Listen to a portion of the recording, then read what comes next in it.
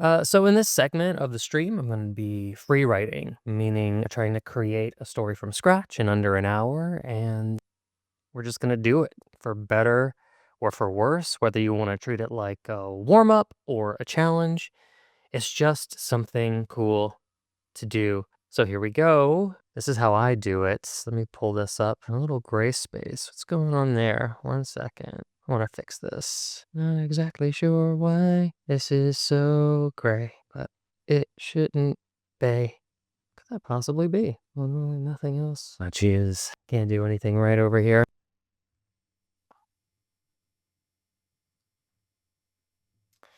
Okay, well, give me 1 second here. We have this really fun gray line down the center. Feel like Tina. There it goes. Okay, got it. This is what it's supposed to look like. And this is our blank pages document. I like to work in pages. I think it's very approachable. And I like how quick and easily accessible the formatting tools are, although I won't be getting hung up on those today. Let's do this. So when I like to free write, I like to just kind of give myself a few boundaries here. So, just the location, overpass, character, Tommy, construction worker, working on an overpass. Maybe it's like time could be like noon or something, or maybe like more specific of a time would be like lunch break, like a lunch break maybe, or that could be a part of it. Supporting maybe coworkers. Let's say Sal, newest hire, young. Maybe I don't want to say like kind of dumb, but kind of like just that cavalier attitude that you have in your 20s. And we have maybe an older guy there as well. Let's see. Let's give an older guy, just thinking of guy names, call him Steve. Maybe he's like a foreman of some sort, boss, over it. He's ready to get out of there. There's a lot of female construction workers too. I just want to make sure there's some like equal representation. I don't know why, but I'm thinking of the name Deb. Deb, single mom, hard ass, maybe tougher guys there, rough around the edges, kind of. I'm gonna try and keep the short story short, so maybe I'll cap characters there. Then we need a beginning, a middle, and an end. So we're gonna start on maybe like Tommy looking out from the overpass at the tiny city below him. He's gonna need a want. Tommy wants to be accepted by his co-workers. He kind of is often on his. There's clique amongst construction workers. He never gets invited out with them. Something like that. That's a good want. Middle, Tommy has to take some initiative to break into their friend group and fail. And maybe tries something physical and emotional in approach. Don't know what that'll be yet. And then in the end, maybe I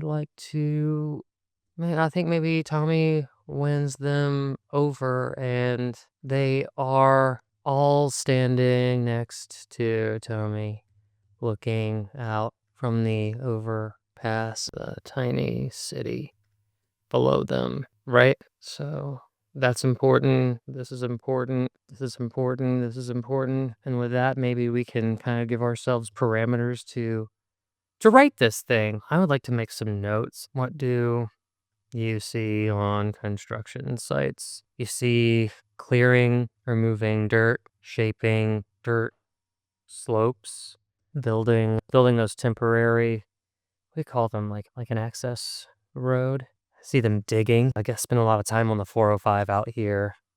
About people operating equipment, truck drivers. Oh, those like little tripods, the survey tripods are out. What else? Rebar cages. I really should have picked something I know better than this. This is where I would do more research. Oh, but I keep saying it out loud, but crane operators. Keep saying maybe, but you don't have to write maybe. Just write the thing. No maybe. Concrete pouring.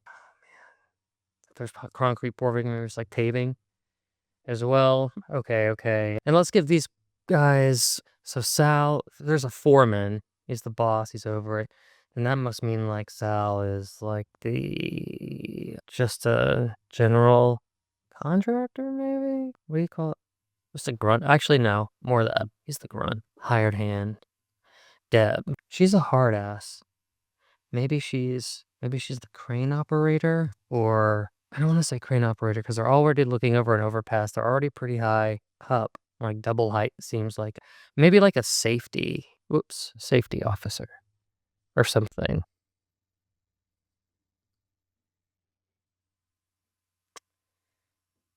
Okay. All right. I think I have a bunch of stuff here. I don't know what I'm going to do. I'm going to check on the chat real fast before I jump into here. Hey, what's up, Gabriel Saint? Yo, yo, yo. I mean it for it to be a picture for the mom cuppa. I see. You used to work construction for a bit, roofing scrolls. Look at you. Usually have a field where we meet up to see who goes on what job, or a bunch of vans are parked. And there's a ton of big machines there.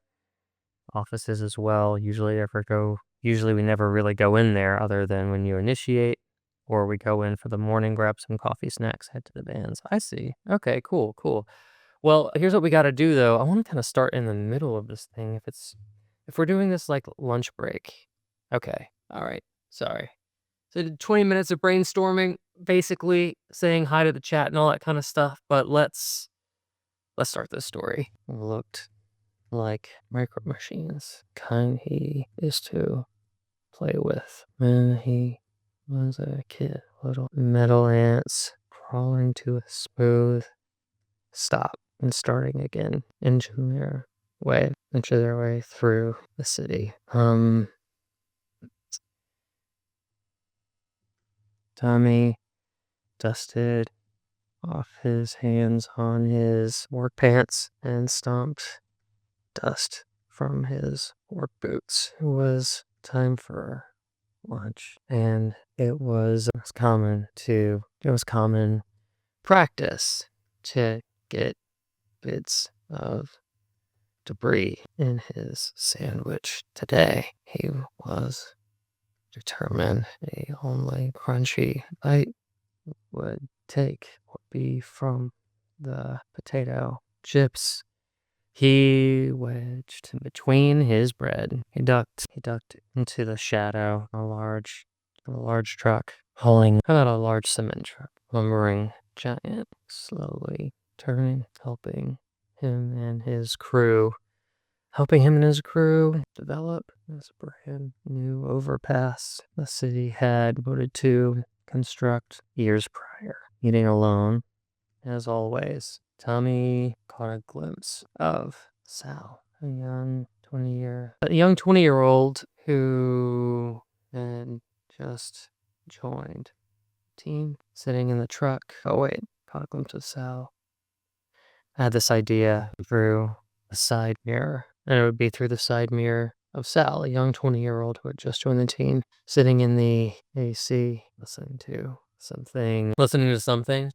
music in his headphones. What was his name? The foreman? Steve, the foreman, a man who had overseen it all, called for everyone to be back on in 30 minutes. Steve joined, what's her name? Deb, the safety officer, for lunch often. They would swap snacks that their kids no longer found cool. Steve would give Deb a sugary energy drink in exchange for some candy bar that was no longer cool. Okay, there we go. Today was a bit different when Steve and asked Sal to join them in their their sun-drenched hot asphalt scorching click for lunch. Tommy himself, unexpectedly hurt, had never been asked to lunch. He had always assumed everyone kept to themselves, did their work, ate their measly meals, and clocked out. Where was this sudden sense of camaraderie coming from? Just learned I don't know how to spell camaraderie live here. That's it. See? Oof. I would have read it fine, but oof, that's embarrassing. Let's keep going. So we have this beginning. Tommy looking out from the overpass. Tiny sitting below him. He wants to be accepted by his coworkers, often out of his own clique. He never gets invited out with them. So Tommy has to take some initiative to break into their friend group.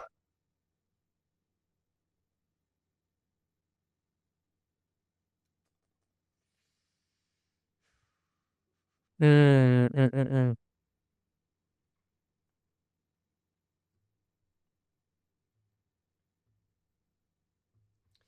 Okay, so maybe Tommy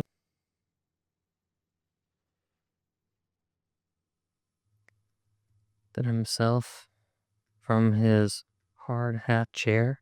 Can picture him kind of sitting on his hard hat so he doesn't have to sit on the ground totally. His makeshift hard hat chair. And ventured over and sat near their lunchtime semicircle. It's gonna be a long one. Tommy invited. The foreman, Steve, nodded in assurance. Don't need this. Steve nodded in assurance. Sure will. For turning back to Deb and Sal. So usually we all meet Brannigan's is a name of something that sounds like a bar.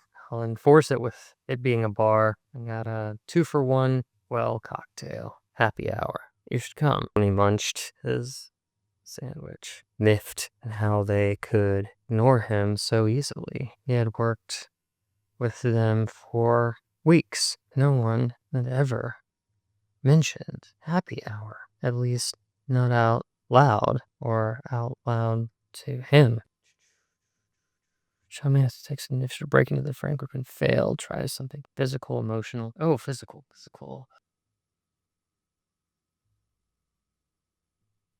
Oh, we have this like lunchtime trade-off. Tommy dug around in his lunch pail, remembering he hadn't had time to eat the protein bar he had packed a few days before. It was a little smushed now, but edible, and a combination of peanut butter and chocolate chip. This was his opportunity. Hey, does anyone want this protein bar? I'm not going to eat it.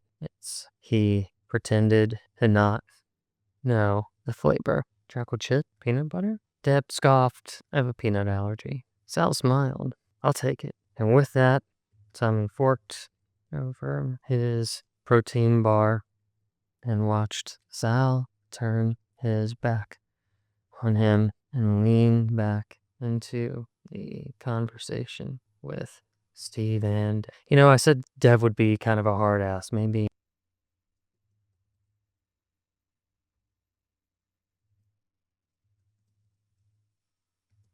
How do you spell fresh strip of road? How do we spell hawk loogie? Oh, okay. Is this the first time I've ever had to write loogie out loud? Guess so. Okay, so we tried something like physical, right? Like making an offering with the protein bar. What is their problem? Tommy thought to himself. So I'll make this italicized. I'm a nice guy. Show up on time. I don't piss anyone off. Do my work. I'm interesting, I think. Oh God, am I interesting? Maybe this gets its own line. That would be fun. Let's see.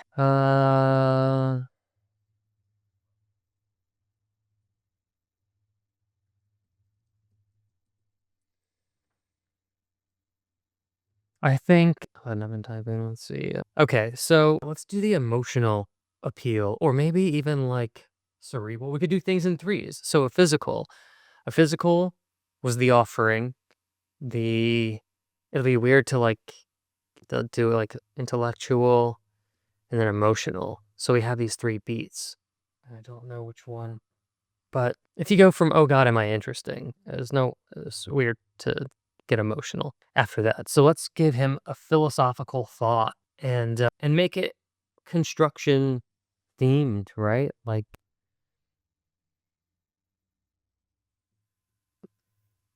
Tommy scooted a few inches closer to Sal, Deb, and Steve and waited for a lull in their conversation. The moment presented itself. When the moment presented itself, he racked his brain for the deepest thought he could muster. What is this? What's the deepest thought he can muster? I mean, it's really like a realization of like the now. Like it's funny how I'm talking to a bunch of people who are not in a room and I'm having a conversation, but right now it's really one-sided. So like that's a ponderance on this moment. So maybe for Tommy, it's just like funny how we spend all our time building something that thousands of people will use to make their lives easier, and no one will ever know our names. Steve raised an eyebrow, unsure of how to reply. Tommy, invested, continued. So let's how can he dig himself deeper?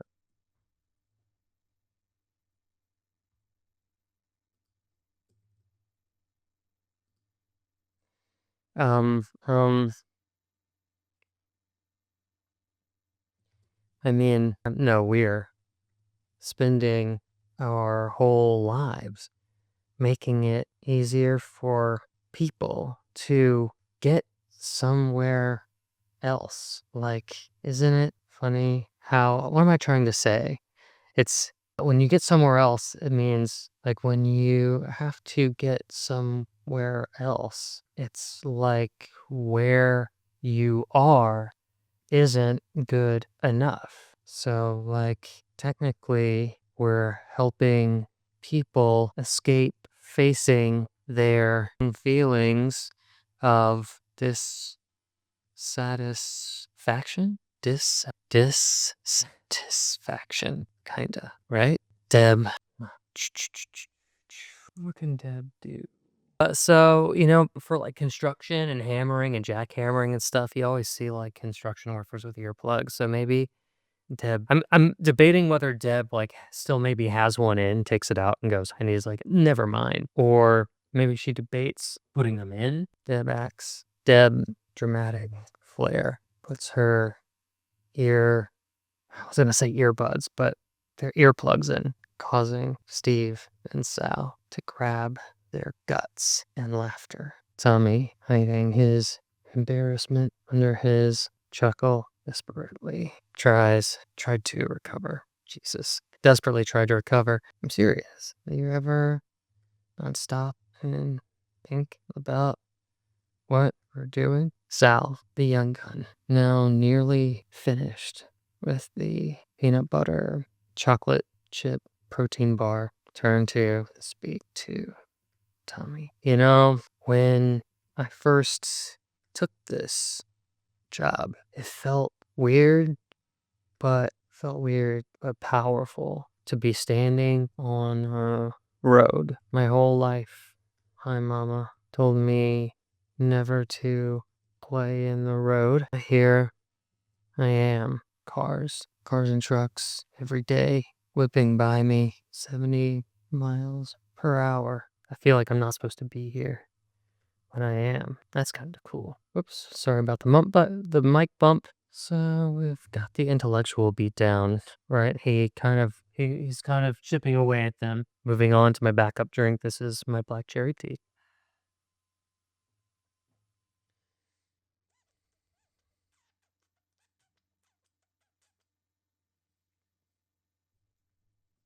That's kind of cool. And then we have the emotional, maybe the turn like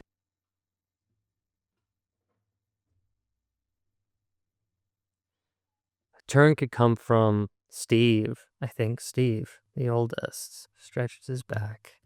Sorry, I'm being chastised by my dog. This is Sugar, and she's whining because I won't give her attention, so I'm gonna go give her to her mother right now. One moment, please, and then I'll resume the story. Okay. Okay. Enough of this. We have to finish this story. Stevie Oldest stretched his back and looked to the cloudy sky. I remember driving down the first road I ever laid. I told my wife and kids that this was parenthetical my road. He didn't seem to care all that much, but I remember the pride I took in it. So I guess I see your point. And then I'll turn to Deb, waiting for her to share a little something.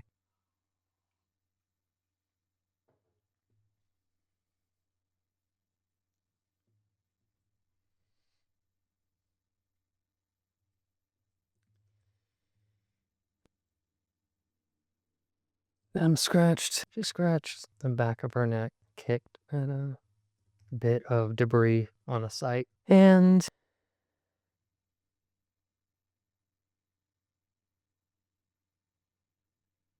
snorted. All I remember is back on I-90, some of my blood and skin going to be forever, going to be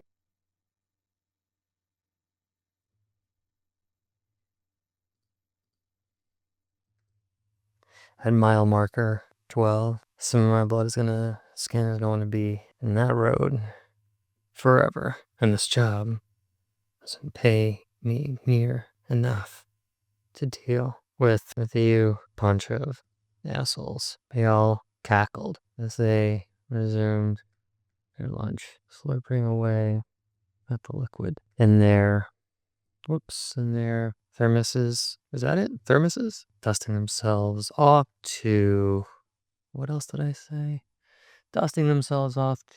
Ironically, dusting themselves off to clear away dirt. I don't mean to say ironic, it could just be ironic. Clearing away dirt, dirty dirt. Learning before they headed back to before they headed back to the tripods and put cones down on the temporary access road. Maybe the emotional turn is the invite and crumpling their sandwich bags. I feel like I'm jumping forward in time. I need to stay here. But let's finish this off.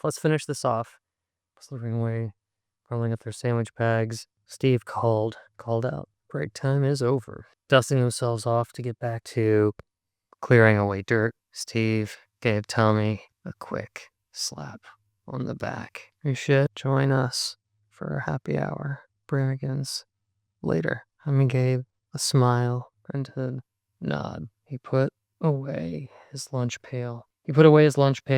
And retied his shoes so they were tight. A bridge of his feet. He walked over to, tight on the bridge of his feet, pulling some orange cones off the service truck to lay down on the temporary service road. Tommy noticed Deb, Sal, and Stephen taking a moment to look out the tiny city below their overpass. Is there anything I can link it to? Deb said. As he passed by, he could hear Deb exclaim, "They look like micro machines." Okay, that's it for good, bad, the ugly, whatever it is. We have a roughly 2-page little short story here. Awesome. So I'll probably be reading this live later on the vertical, but let me check the chat and just see how everybody else feels about it. Also, do we have time to give it a quick little read on live right here? Maybe? Let's see. Let's see what's happening in the chat real fast. Oh, Facia Fear, hello there. What's up? The chat on the white background seems a bit too strenuous on the eyes. Other than that, I love the word mint. Okay. Well, what's your suggestion? Would you like the chat larger so it's easier to read? Let me know. Let me know what you're thinking. Oh, and this looks terrible this whole time. Goddamn. All right. Well, that was it. That was a short story. I hope you enjoyed it, but it should have been easier for you to read. Something I could have done would be this, so you could see all of the text that I wrote. That's a shame. See you next time on the free writing session.